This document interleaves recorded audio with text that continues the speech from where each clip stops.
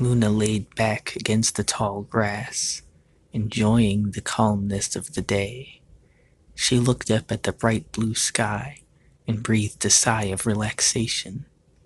Her tail waved and whipped in the air. That was when a faint snapping cut through the silence. But Luna didn't move. She wasn't shocked or scared, because she knew she didn't need to be. In the peripherals of her eyes, she saw a brown, bushy tail. She immediately knew who it was. It was her friend, Loki. He had been trying to scare her since childhood, but ironically, his schemes would always backfire at him instead. Loki tiptoed closer and closer to Luna, readying for the perfect opportunity. And right as he did, Luna whipped around and hissed at him. Loki yelped and jumped back. He curled into a ball and started crying. Gah! Please, don't hurt me! Don't hurt me! I'm sorry! I'm sorry! Luna laughed and said, Calm down, scaredy cat. I won't hurt you. Too much, anyway. Loki uncurled himself and got to his feet. I was close, wasn't I? Luna rolled her eyes. Oh, please, when are you gonna learn? You simply aren't scary. In fact, you're, Loki tried to cover his ears. Please don't say it. Luna said it anyway. Scaredy cat!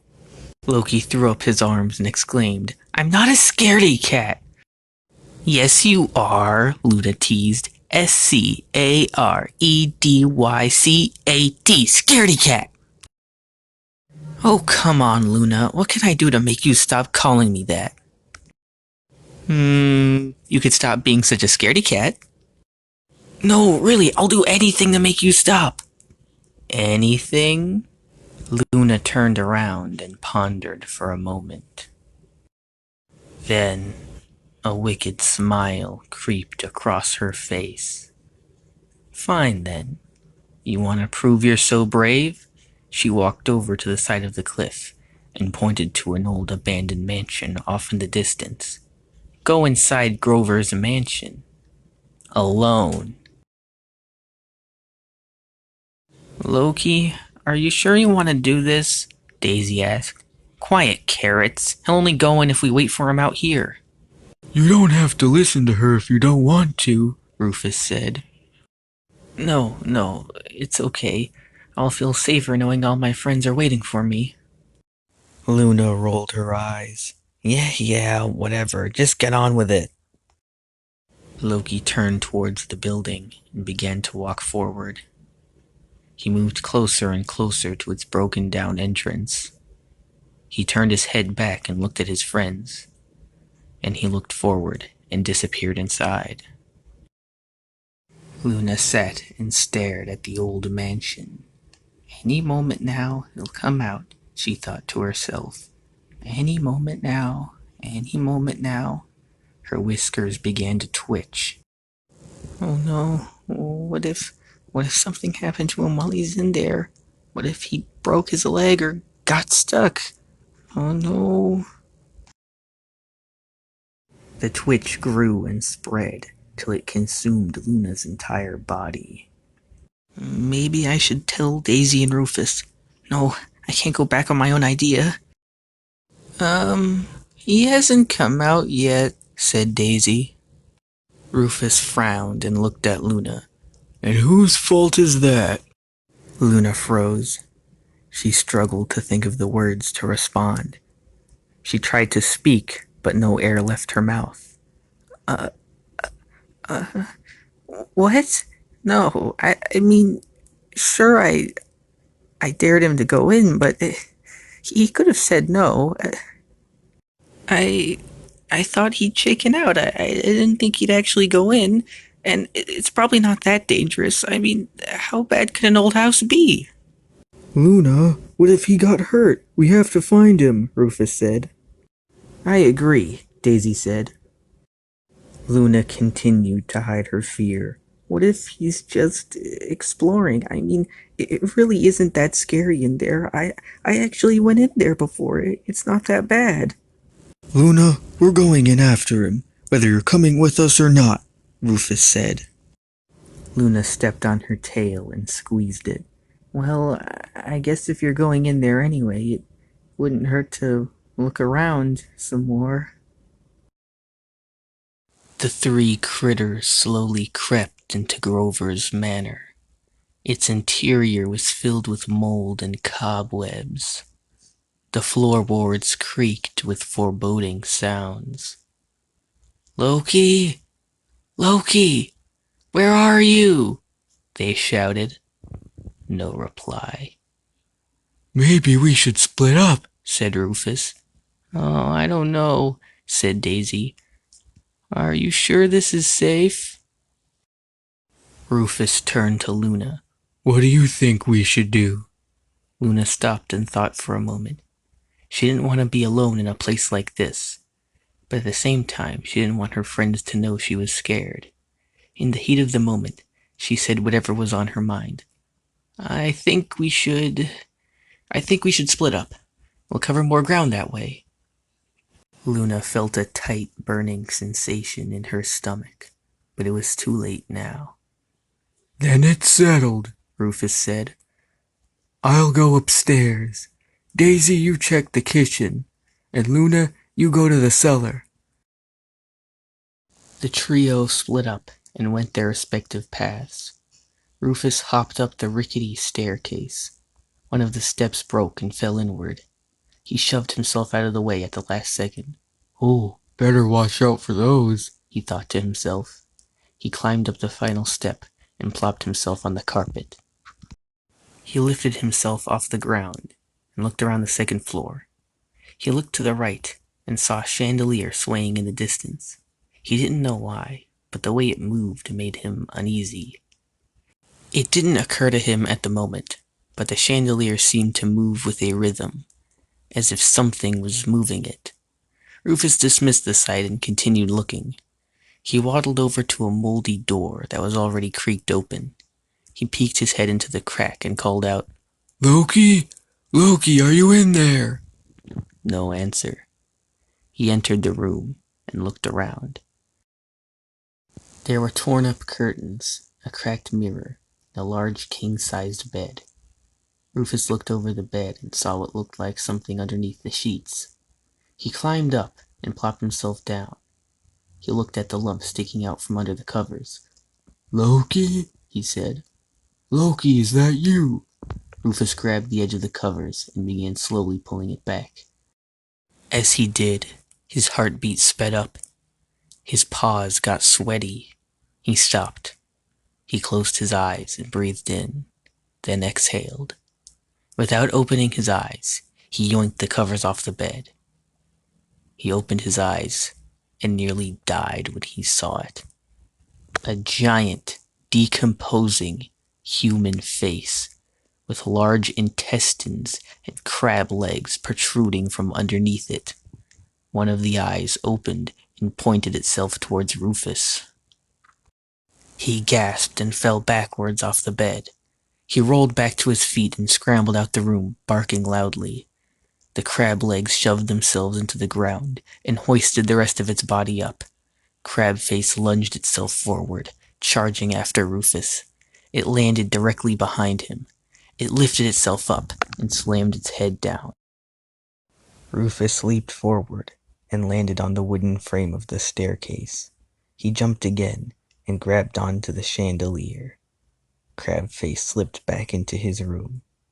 Rufus was safe. I've got to warn the others, he thought to himself. But how do I get down from here? Maybe I could... The arms of the chandelier began to bend. They wrapped themselves around Rufus's body. He started squirming and howling. One of the arms wrapped around his neck. That's when all the other arms let go. A loud snap echoed through the mansion as Rufus's limp body swayed to the same rhythm as the chandelier. Daisy tiptoed into the kitchen. The floor was stained with black smudges. All the cupboards were covered in scratches. Shattered plate shards sprinkled the ground. I don't like this, Daisy thought to herself. She slowly opened one of the cupboards and looked inside. It had more dust and spiderwebs than bowls. She pulled open a drawer. It was filled with rusty spoons and knives.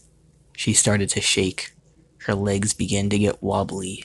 She dragged herself to the oven. She threw herself upward and grabbed onto the handle. She breathed in and pulled her whole body down. The oven door popped open and fell down. She looked over the door and stared into the dark void within. At first, she thought it was empty, yet she couldn't look away. She leaned forward and squinted her eyes. "Loki?" she said. Two white bulges popped out from the shadows. Daisy jumped back in terror. The creature's body was folded into a large ball. It rolled out the oven and unraveled itself. It was tall and thin. Its eyes were sucked into its face. It had a few loose strands of hair atop its bald head. It had no mouth or lips. It wore a long gray apron. Across the apron was a long slit. Underneath was a large mouth. It had knives in the place of teeth. A long, slimy tongue slithered out and licked the face above it. Adrenaline shot through Daisy's small body. She leaped up and scrambled away. The door of the kitchen slammed itself shut before she could escape. She scratched at the door and screamed for help. She looked back and saw the chef hobbling towards her. She shrieked again and jumped out of the way. She hopped around the kitchen in circles. She moved so fast that the chef couldn't catch up to her, so instead, he waited. And when she circled back to him, he grabbed her midair. "No, please!" she cried out in vain. The chef walked over to the counter and plopped Daisy on top of a cutting board. He reached into the mouth on his stomach and yanked out one of the knives. Daisy squirmed and begged, but it was pointless. The chef lifted his hand up and ready to slam it down. "No, no, please!" Nothing. Daisy opened her eyes. In front of her was a stack of chopped carrots. Moldy, chopped carrots. The chef let go of Daisy's body. She looked up at him and whispered, "I don't understand." He pointed to the chopped carrots. Daisy looked back at them, then at the chef. "Do you want me to eat it?" The chef nodded. Daisy picked up one of the carrots. She held it up to her face and sniffed it. She gagged and tried to hold back vomit. She noticed the chef getting impatient. She hastily said, Okay, I'll eat it." Daisy took a small bite out of the carrot. It tasted better than she thought. She quickly gobbled it all up, then ate the rest of the remaining carrot slices. She looked up at the chef and said, "How did you make it taste so—" She gagged. "Oh, I don't feel so good." Spikes began rising out of her stomach. They kept growing and growing. What's happening to me?" The spikes grew so large, her skin started to tear. Her white fur became stained red with blood. Daisy gagged and coughed. Then she fell off the counter and landed on the kitchen floor. The spikes continued growing as the kitchen floor flooded with red liquid. Luna crawled down the steps of the cellar. "Loki?" she called out. She tried to say it louder, but her lungs were void of air. She looked around. The walls were made of brick and lined with shelves stacked with dusty wine bottles. She turned around and slowly tiptoed backwards. Her fur was standing on end. Her heart was thumping like an earthquake. She started to struggle to breathe. Then she felt a hand on her shoulder. Her heart popped open. She leaped forward and turned around. Behind her was Loki, alive and well. Loki, you're okay," she said. Loki smirked. "Of course I'm fine. Why wouldn't I be?" Luna wiped sweat away with her paw. "Come on, we've got to get you out of here. The others should be waiting for us." Loki stopped her. "But wait. Aren't you going to say it?" Luna squinted her eyes. Say what? Loki rolled his eyes in annoyment. You know. Admit I'm not a scaredy cat. Luna grew impatient. What are you talking about? This is no time for some petty bet. We have to get out of here. Loki frowned. No. No? I said no. Thumping veins began emerging from the floor and the walls. Luna hectically looked around, struggling to comprehend what was happening. A large artery popped out of Loki's face. Luna shrieked and scurried away. While running, she tripped over something. She looked over her shoulder and saw Daisy's corpse lying on the ground. Luna got back to her feet and screamed, No! Then something fell from the ceiling and landed next to her. Rufus's body. Rufus! She turned around and saw Loki standing right in front of her. What? What did you do? Why? Why would you kill your friends, Loki? Loki closed his eyes and looked down. He began to speak. From the moment I met you, I tried to scare you, and nearly every time you got the last laugh. He looked up and opened his eyes. Well, who's the scaredy cat now? Luna couldn't believe what she was hearing. All those years, her best friend was secretly some sort of demonic serial killer. Then Loki said, Oh, and by the way, my name isn't Loki. He grew larger and grabbed the bottom of his jaw. He tugged it down and tore himself open. Loki's husk-like skin fell to the floor. Inside it there were no organs, blood, or bone. All that was there was a small, white sock puppet. The puppet perked up and said, Why, hello there. Name's Puppet. Lenny T. Puppet. And I killed all your friends. Luna fell to the floor and whispered, What? Why? Tears got stuck in her whiskers as they fell down her face. Just do it. Kill me. Get it all over with. Lenny chuckled. Oh, Luna, you missed the point of this whole scheme. You were never supposed to die at all. Luna looked back at Lenny. What do you mean? Well, Lenny explained, think about it. If I was able to convincingly lie to you for years, he grabbed her face and whispered in her ear, How will you know I won't do it again? He threw Luna forward and laughed out loud. But why? Luna asked. Why me? Why my friends? Lenny's face contorted with rage. He instantly morphed into a giant fleshy beast and yelled out, Why? Why not you? I saw you and your friends dancing and playing in the meadows. You completely lacked the greater knowledge, the greater meaning. It was an insult to everything I stood for. Lenny morphed back to his smaller puppet form. And you know what? I wasn't even going to kill them yet. Oh, but when you dared me to go to that mansion, I knew this was my chance. But now, I'm done with you. The ceiling of the house melted. All the walls and furniture dissolved into a red paste. The paste was sucked into Lenny's body. Oh, yeah, that's it. He looked at Lenny and said, And before I go, he reached a tentacle forward and plucked one of Luna's whiskers away.